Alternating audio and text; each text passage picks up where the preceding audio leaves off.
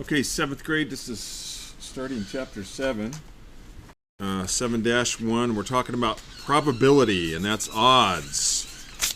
And you should have done that earlier, so we're going to have to wait now. Okay, so for example 1 here, it says use probability to describe a chance. And so, what is it? Alyssa and Sherry spin the pointer to the right and record the color that it lands on. The table shows the results after 100 spins. How can they explain their results? Well, we've got 4 different colors, so there's 4 chances that each color will get picked each time they spin it. And you can see 23, 24, 27, 26 respectively for each color. And so roughly you could say that there's going to be a 25% chance that a certain color will be picked each time they spin. So it says there's 4 possible results or outcomes when they spin the pointer: red, yellow, green, and blue. And each section is the same size, and there's 1 of each color. And so we've got a circle here, and it's divided up into quarters. And a quarter is 25 or 25%, or 1/4. And then it says each time they spin the pointer, the likelihood or probability of the pointer landing on a red, yellow, green, or blue is the same. It's roughly going to be 25%. And so I think everybody understands that. It says the pointer should land on each color about 1 out of 4 times, or about 25 times out of 100 spins. That makes sense because 25 out of 100 is 1/4 or 25%. Let's look at the try at the bottom of the page. It says, how might the probability of the pointer landing on a given color change for the spinner shown at the right? So let's take a look at this one right here. First off, you want to look and see how many chances there are. So I'll start with the red here. So 1, 2, 3, 4, 5, 6, 7, 8. So there's 8 chances. Okay, out of 8, how many red are there? 2. So 2 over 8. What does that equal if I was to reduce that? That's going to be 1/4. All right. How many yellow are there? 2. Again, 2 out of 8, and that's going to reduce down to 1/4. And then you can see what's happening here. There's 2 green and 2 blue also. So even though now there's smaller, I guess, portions, kind of like a pizza, there's the same probability for each color. Everybody see that? Yes. So how you, excuse me, how you answer that is up to you. It says, how might the probability of the pointer landing on a given color change for the spinner shown at the right? You can phrase that however you want. I'll let you guys answer that in a sentence or two. You've already really answered that. It's each color is going to be 25% chance. Okay. So basically it won't change. It won't change, no. So the convince me down at the bottom. It says, how would the probability of the pointer landing on a given color change if the spinner had 6 equal-sized sections with each section a different color? So now there's not just 4 colors, there's what? 6 colors. So let's say one of the colors was red. What are the odds of it landing on a red, or a probability? 1 out of 6. 1/6 for each color.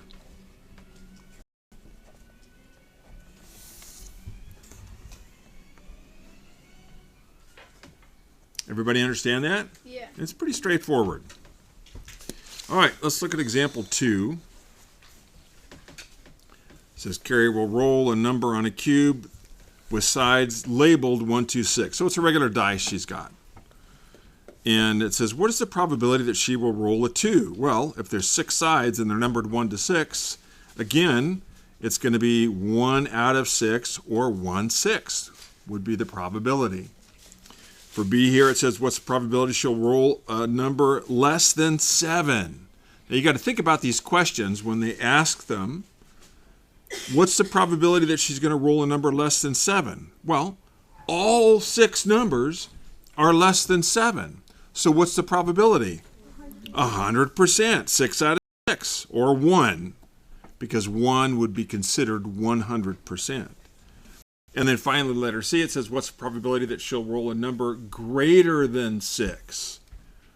Well, again, all the numbers are 6 or less, so there's no chance that she'll roll a number greater than 6. So it's 0 out of 6, or 0, which means there's no chance.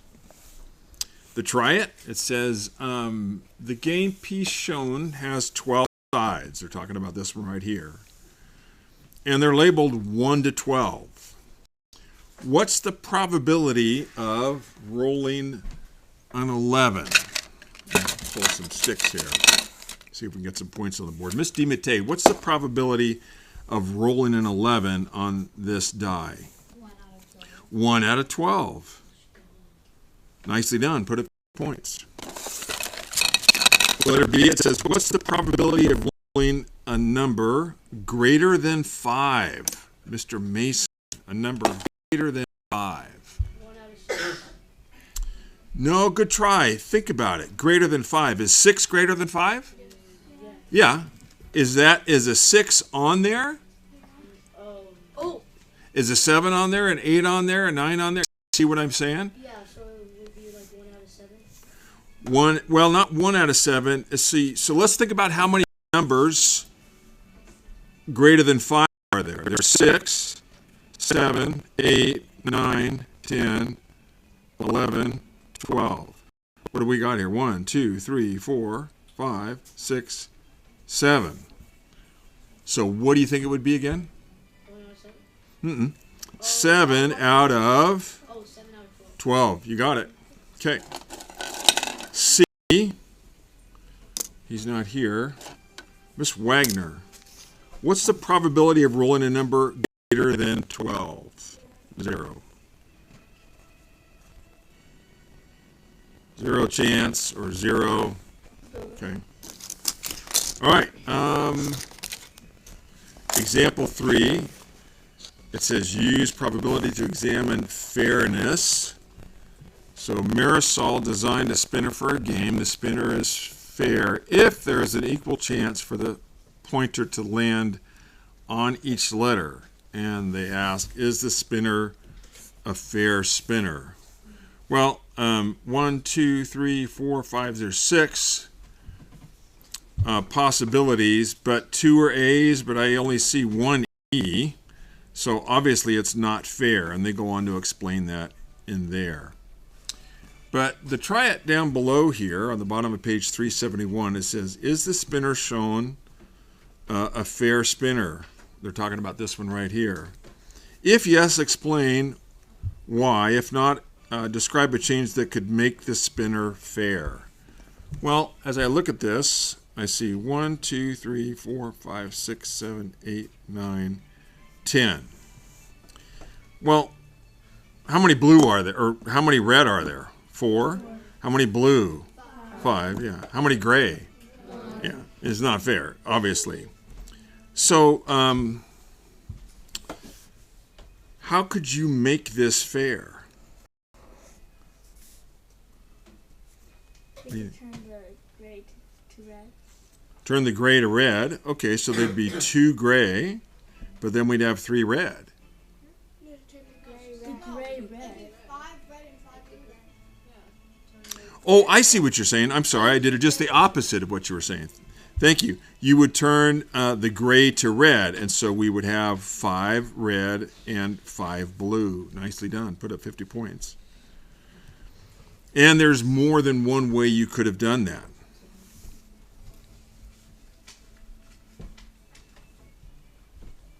Okay.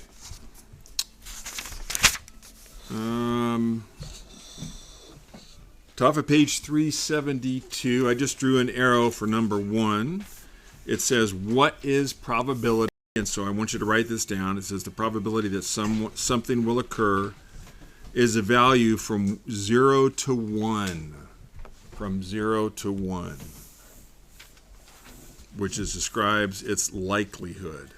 And it says you can write a probability as a ratio such as 1 out of 2 or 1/2 or a percent, such as 50%.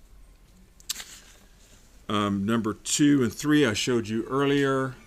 Number 2, it says, how can you use probability to draw conclusions about the likelihood that something will occur? And so I just wrote down, I think some of you guys copied it already, it says the higher the probability, the greater the chance something will occur. Number 3, why is probability limited to the numbers between 0 and 1? And I put, well, 1 represents 100%, it's going to happen.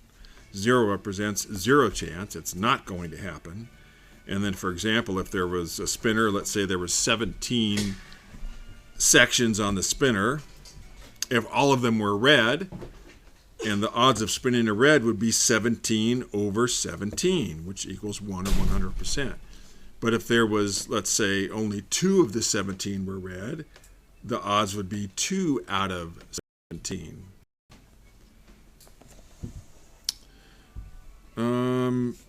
Circle 4, 5, 6, and 7 on that same page. I want you guys to do those. And then at the top of page 373, circle 8 and answer those, filling in those boxes. 9 and 10.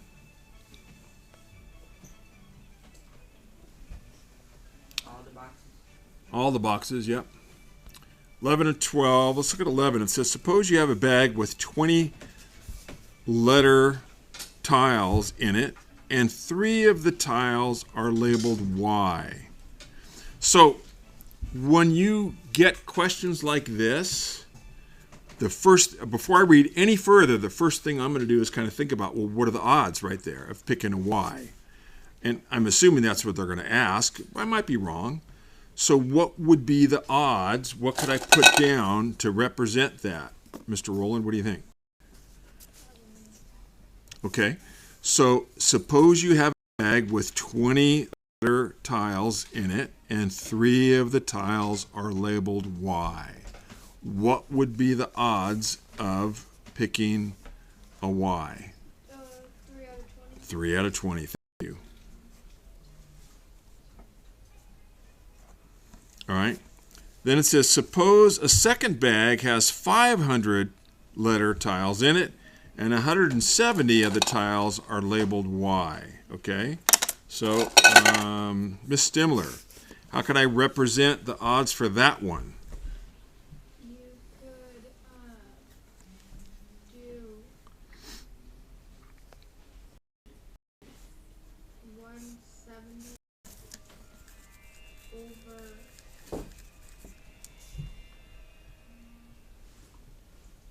170 over 500. Yeah, yeah.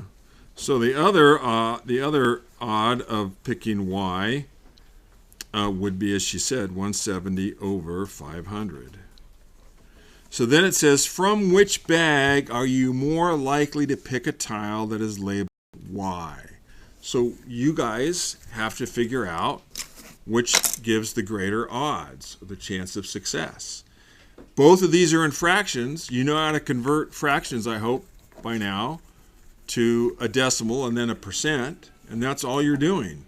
You're dividing 3 by 20, and you'll divide 170 by 500, and then you'll get a percentage. Do we have to explain?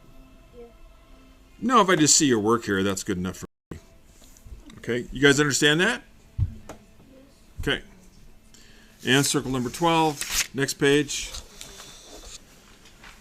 13 and 14, circle those. Answers A and B, and then A, B, and C. 15. So look at 15 here. It says Henry's going to color a spinner with 10 equal sized sections. 3 of the sections will be orange, and 7 of the sections will be purple. Is the spinner fair? Well, no. And then it says, if so, explain why. If not, and it's not, because I already told you it's not. You guys should have all recognized it's not. Explain how to make it a fair spinner. And so here's my directions. I want you to draw a fair spinner with 10 sections. And how you color those sections. So you can draw a circle. That's a decent circle. If yours doesn't come out decent, you might want to erase it, use a pencil. And then put in 10 sections. They should be roughly the same size each. I don't want a spinner that looks like a third of a section and then 9 others. It doesn't look like a second grader did this. And then you color those 10 different sections however you want. You could have 10 different colors. You could have 5 and 5. I mean, think about it. However you want to do it, it's up to you. So I want you to do that.